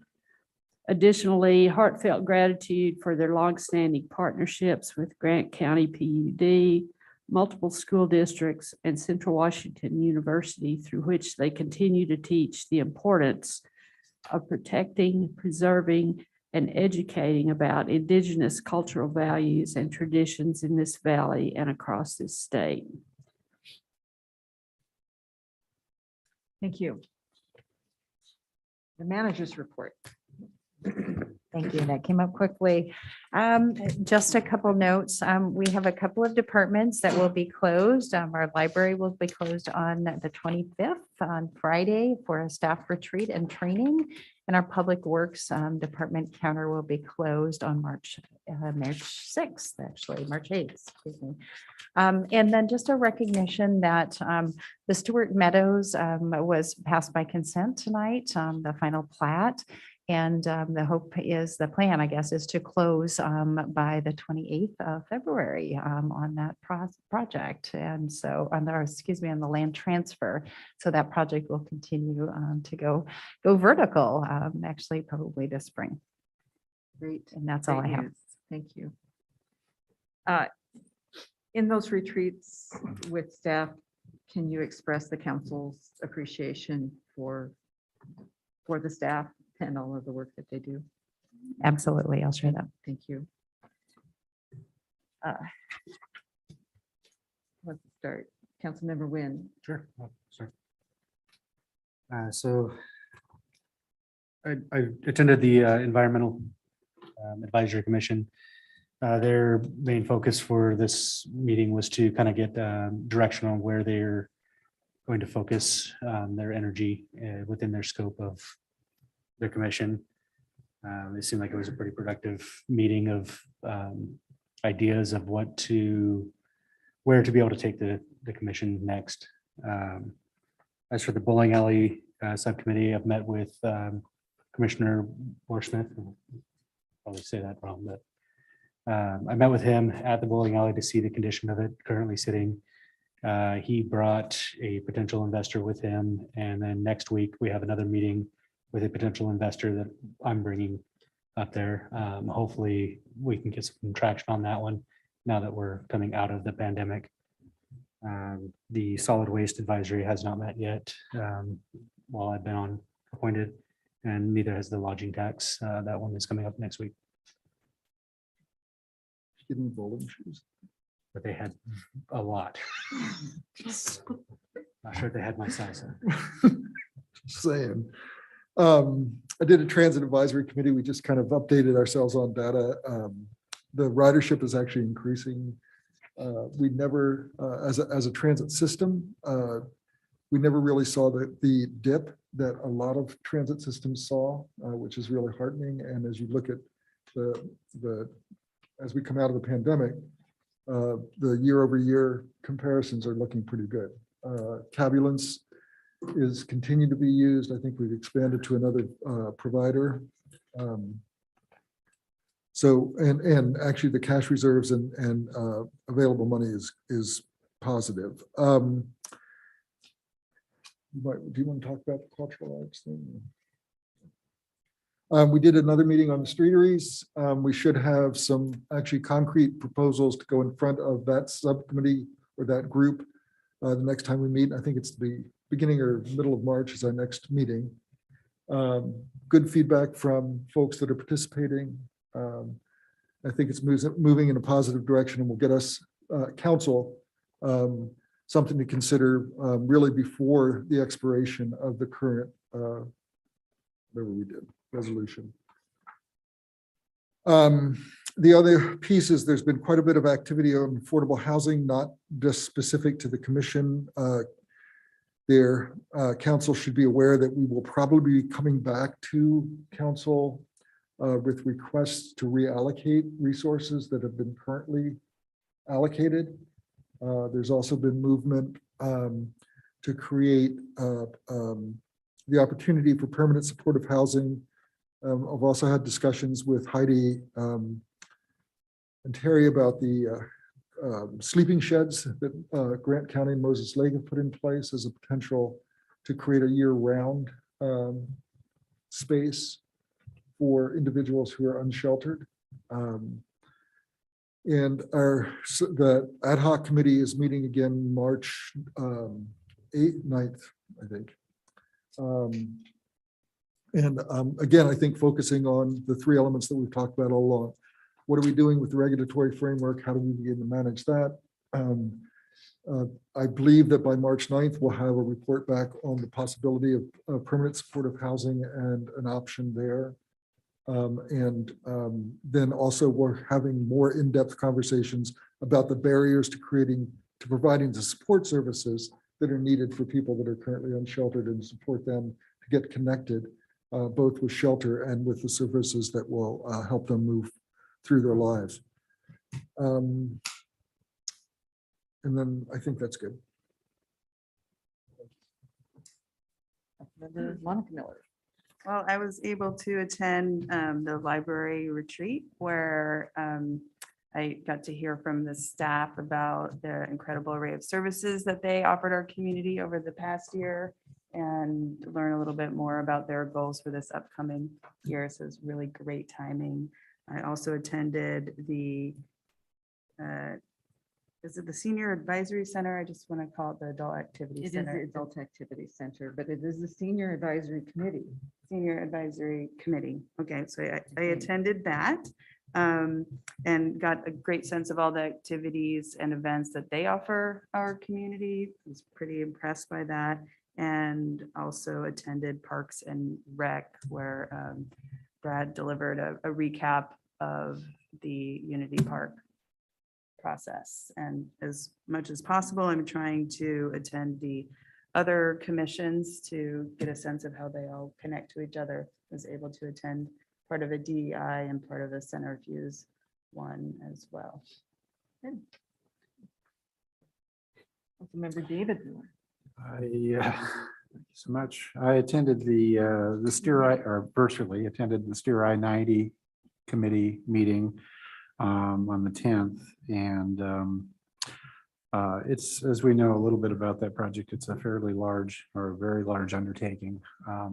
Many years of possible efforts to secure funding ahead. The last meeting was sort of a little bit of a big picture overview, but then also there were presentations made by Kittitas County Sheriff Officer and Chief Sinclair from the Fire District, talking about issues related to traffic and what happens when things break down up there and why extra lanes of travel would be beneficial. And then I attended the Arts Commission meeting on the 10th also. And just ongoing business. I think there was, we had some discussion, the transition from Councilmember Monica Miller, formerly on the Arts Commission, working to, there's interest in working on a proclamation recognizing Arts Education Month, which typically is in May. So we've coordinated that with staff, and I think we'll be seeing something on that. And there was no COG meeting, but there is a COG meeting tomorrow, and that is going to be again back on the tip strategies presentation. So that's taking up most of COG's time these days. Go ahead. Councilmember Goodloe. Yes, I attended the DEI Commission, first meeting that we've had with our new members, and there's a lot of energy and excitement, and we're starting to be able to move forward now with some of the work plan that we developed earlier. So I'm looking forward to working with the group and development of some of those programs. I wanted to just comment on a couple of the items that were on the consent agenda tonight and how important I think they are. Both came from the utility, Public Works and Utility Department. The joint utility trench for the Gateway 1 project was a significant accomplishment, I think, to bring the city and Charter Communication and consolidate it all to the same table and agree that we will use the same trench to run the utilities out to the Red Horse Diner as part of the Gateway. And I really commend the staff for being able to bring that conversation to agreement to enable us to do that. I thought that was a really significant step forward in private partnership conversations. And then the second one was the work that's being done and planning that's going on with the wastewater treatment plant for the future. And increase the capacity as the city grows to be able to meet the demand that we're going to have. And I appreciate that staff and all the work they do, particularly the forward thinking that they bring to us on every issue that we have to deal with. So I wanted to make that comment. The other Law and Justice Committee was canceled this month, so we didn't have that meeting. But I want to raise a concern and ask for a conversation sometime in the future, maybe with the council at a study session. As we look to the future and as we anticipate the growth that we're going to have, we're going to see a lot more of these subdivision things come to our attention. And I'm not clear on the green space issues and requirements or possibilities that are part of that conversation when those subdivisions are put together. I don't know if there's an interface with Parks and Rec with some of these subdivisions and how that might work, but I'm concerned if you look at the growth that we're anticipating, we know we're going to have at least one other, if not two other big subdivisions down the south part of the city. And we've already approved a subdivision for kind of on the western side, a very large one on the other side of Mount Stewart. And I'm just concerned as we look down the road, is there a way that we could be more proactive about creating community gathering places for large subdivisions so that people have the opportunity to come together and know each other and really do a better job of helping create community that we talk about and we value. So I would like to see us have that conversation and have staff bring us a report, maybe, and look at some possibilities there so that we can maybe be a little more proactive. And when we look back 10 years from now, we could see that these places are being created and people are gathering. So I think if we don't plan it, it won't happen. So I would like to ask for that conversation. I would support that conversation. I'm not sure We can definitely do that. when. Maybe starting with the comprehensive plan and what kind of language we have in there to support that. Councilmember Elliott. So I missed the study session. I was at a Hope Source board meeting and just sort of good news that they seem to be an active partner in some of the projects you guys have been talking about. So those projects seem to be moving forward. Centrifuge board meeting, there was a lot of conversation on sort of what type of nonprofit they are and sort of the limit or the constraints that certain types of classifications place on them, whether they can be city only or potentially, look at the area a little bit more holistically. So that conversation went on, and obviously as the council liaison, expressed we would want to understand what the impacts of those are before we would say yay or nay from our perspective about whether we thought that was a good thing. Tried to fill a board member, and they're putting together their council presentation, which I saw seemed very appropriate.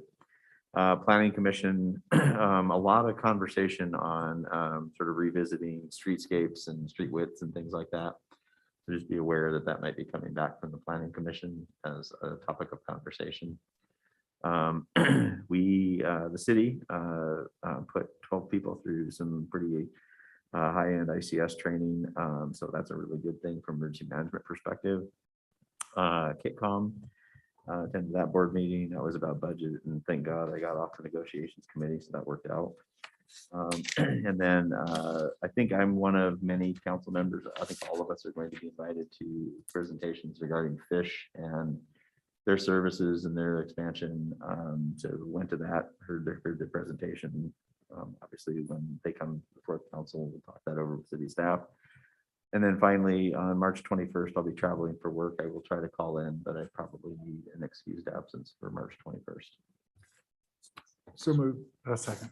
Motion and second to excuse Councilmember Elliott from the March 21st meeting. So my report, vote. Aye. Aye.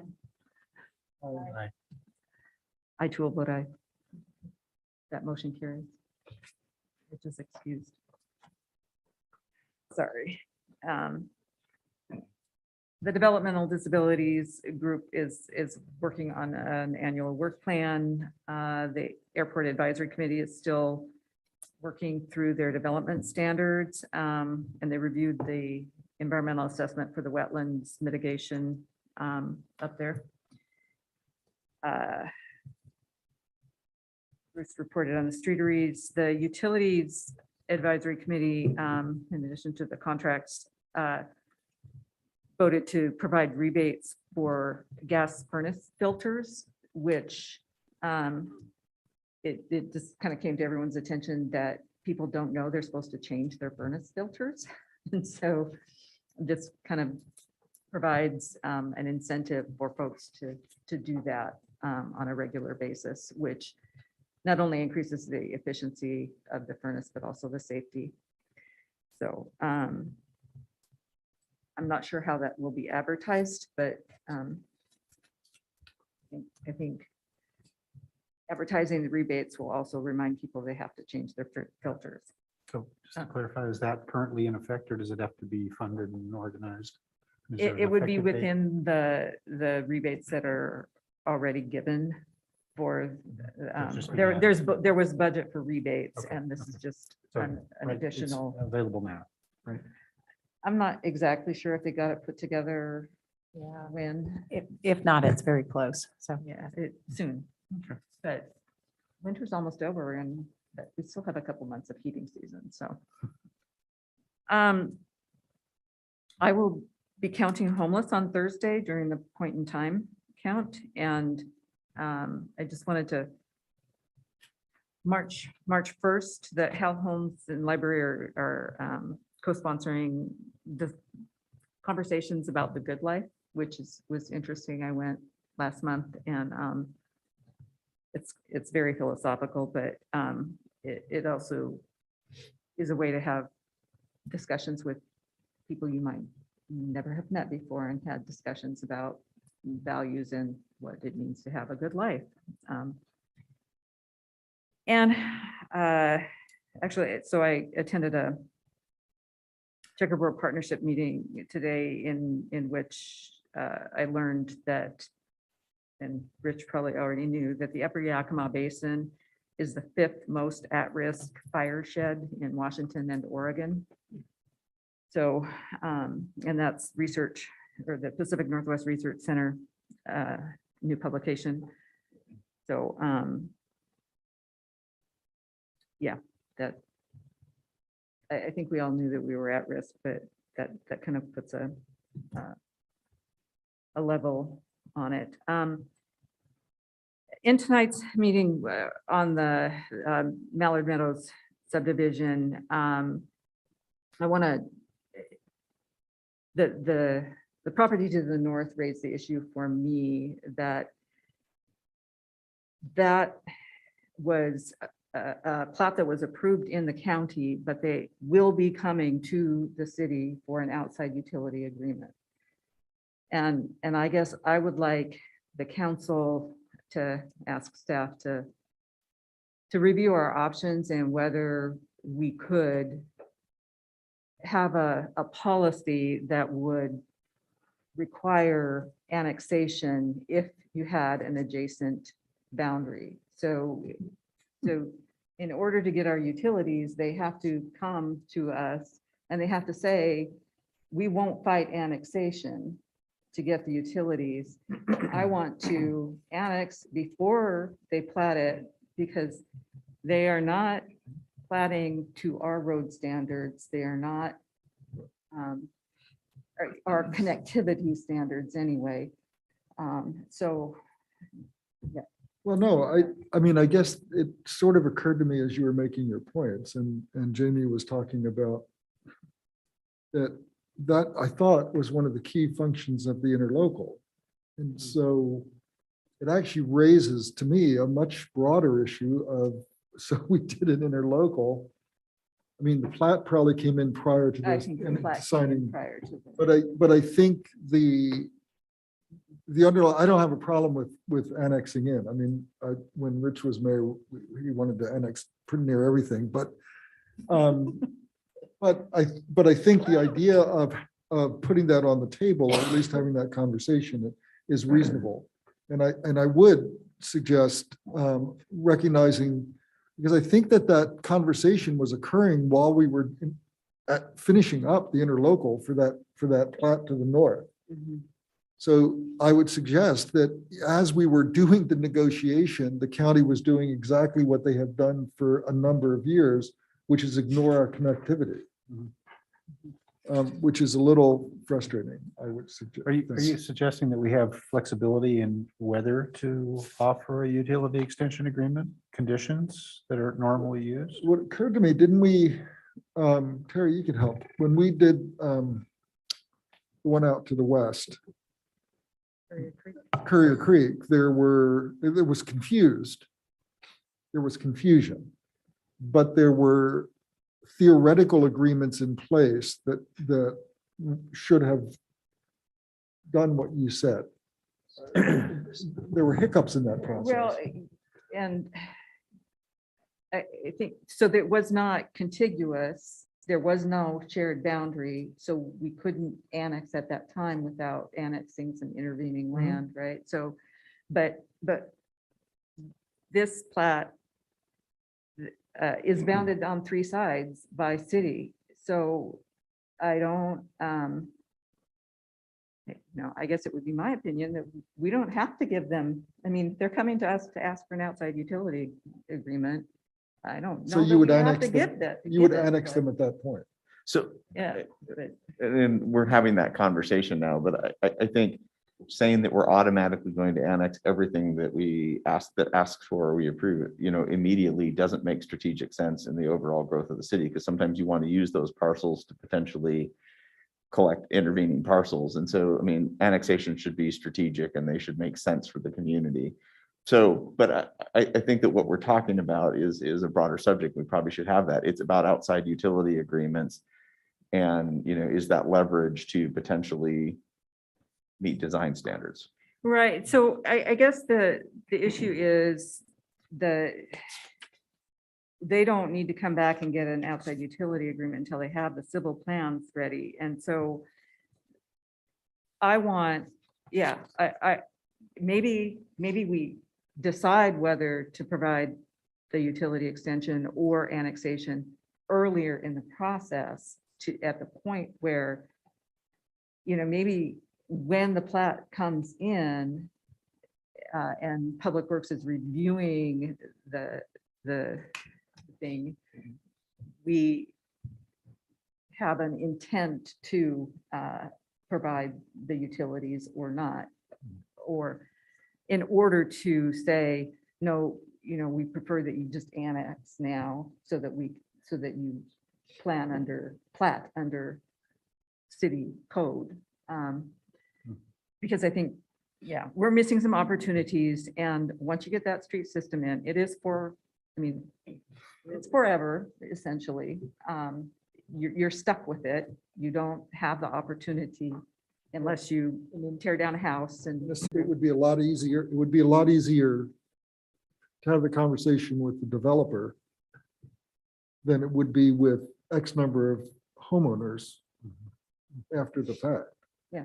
Yeah, I would add too, I think I would favor, if there's a suggestion that we're going to withhold the agreement, I think that information needs to be provided to the developer as soon as possible. I mean, my point is that they're going to continue to invest a lot of money in plat And they have. development. And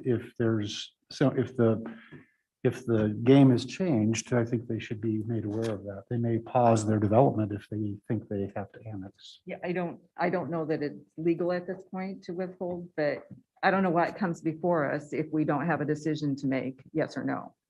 So. I think it's a good conversation, because I think with the interlocal in place, theoretically, the pieces that you're speaking to, the connectivity, the standards, all of those pieces there should be minimal variation in what occurs in 139 parcel plat in the UGA and what occurs in what we just approved, right? I mean, so theoretically, it almost should be a non-issue, and then that would just leave us, I think, with Rich's conversation about, is it strategic at this point? Is this the appropriate time to have that conversation about annexation, and what are the implications? Yeah. So, okay. So another future. Absolutely. discussion. Yeah. I think you provided sufficient direction so we can bring an item back. Yeah, so that ends my report, and if there's no further business, we are It's adjourned. adjourned. Thank Thank you. Assume we don't have to- This is.